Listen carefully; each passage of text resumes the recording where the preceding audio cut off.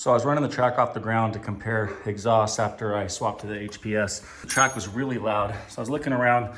First thing I noticed is that I am actually hitting here on the rail cap. And if you look, there is no space on the front between the belt guide there and the high facts. On the back, it's nice and centered on both sides. But yeah, this side is definitely over. So I looked real quick up into the drivers, and this driver, I don't know if I'm gonna be able to see it very well, but it's all the way up against the rubber on the other side.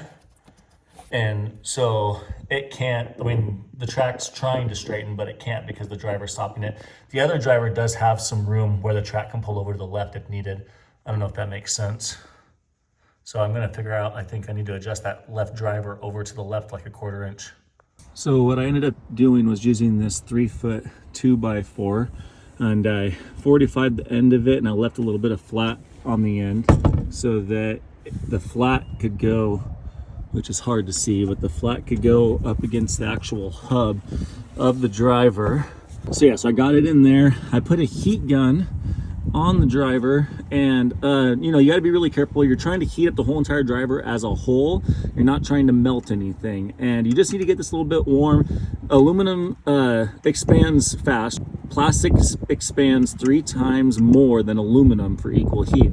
So I was trying to expand the plastic on this. There's no set screws or anything in these drivers. Just get that a little bit warm. I rotated the track around a few times so I could hit this in a few different places.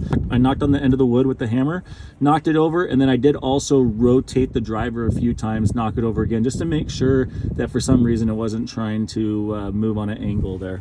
So yeah, that was pretty easy. If you need to go the opposite direction, put the 2x4 right up against here, right up against the brake or the chain case metal cover here, and then that'll bring you out 1.5 inches, and then you can use a pry bar in here and pry on that hub.